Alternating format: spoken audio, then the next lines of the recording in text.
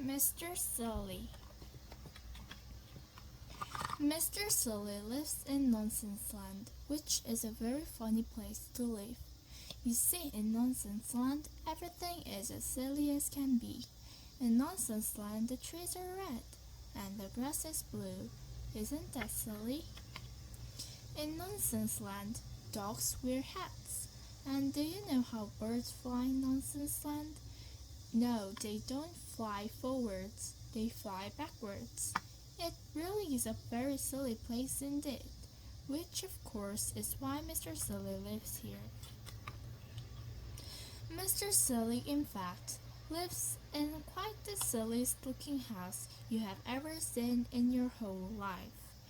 Have you ever seen a sillier looking house than that? Now, this particular story is all about the Nonsense Cup. You see, in Nonsense Land each year they hold a competition, and the cup is awarded to whoever has the silliest idea of the year. Mr. Silly had never won the cup, but each night, lying in his bed, he dreamed about winning it. In order to win the Nonsense Cup, Mr. Silly realized that he would have to think up something remarkably silly. He pondered over the problem one morning at breakfast. Incidentally, you may be interested to know what Mr. Silly was having for breakfast. He was having a cup of coffee, which he put a spoonful of marmalade into. After that, he had a cornflake sandwich. And to finish, he had a boiled egg. But being Mr. Silly, he ate the shell as well. Isn't that a silly breakfast? Anyway, this particular breakfast time, Mr. Silly was thinking how to win that cup. He remembered 2 years ago the cup was won by Mr. Ridiculous. He won by wallpapering his house, which sounds very ordinary, but in fact, Mr. Ridiculous had wallpapered the outside of his house. And Mr. Silly remembered last year when Mr. Foolish won the cup. Mr. Foolish, who was a friend of Mr. Silly's, had won the cup by inventing a car. It was quite a normal car, apart from one thing. It had square wheels. Isn't that silly? Mr. Silly thought and thought and thought, but it was no good. He even had another cup of coffee with marmalade, but that didn't help either. So he decided to take a walk. Off he went, leaving his front door open so that he wouldn't have burglars when he was out.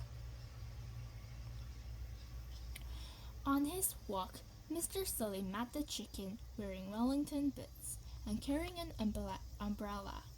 Wouldn't it be silly if you didn't wear Wellington boots and carry an umbrella? He said to the chicken. Meow, said the chicken, because animals in Nonsense Land don't make the same noises as they do in your country. On his walk, Mr. Silly met the worm wearing a top hat, monocle, and an old-school tie. Wouldn't it be silly if you didn't wear a top hat, a monocle, and an old-school tie? He said to the worm. Quack, quack, said the worm. Next, Mr. Silly met a pig wearing trousers and a bowler hat. Wouldn't it be silly if you didn't wear trousers and a bowler hat? He asked the pig. Moo, said the pig. Isn't that silly? It was in the middle of Mr. Silly's walk that he had his idea. It was a beautifully silly idea, quite the silliest idea he'd ever had. He hurried into town and bought himself a pot of paint and a paintbrush. The day of the great awarding of the Nonsense Cup arrived.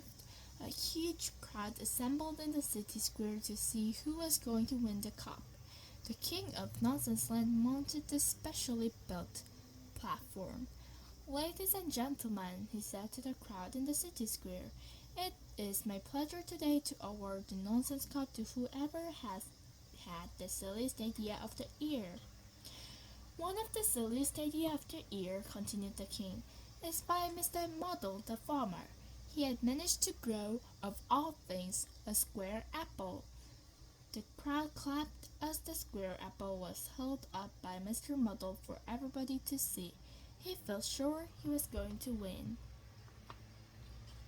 "However," said the king, and Mr. Muddle's face fell, "we had an even sillier idea entered by Mr. Nincompoop. It was a teapot, quite the silliest teapot there'd ever been." The crowd broke into thunderous applause. "I therefore have the great pleasure," announced the king, "in presenting the nonsense cup to—" Just then he looked up and stopped in astonishment. Now, in the middle of the city square there is a tree.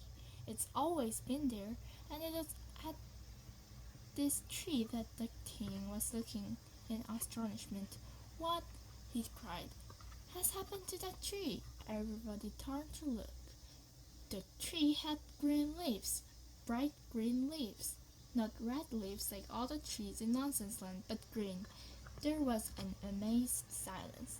"It was me," peeped up Mr. Silly. "I painted all the leaves green last night, when you were all asleep."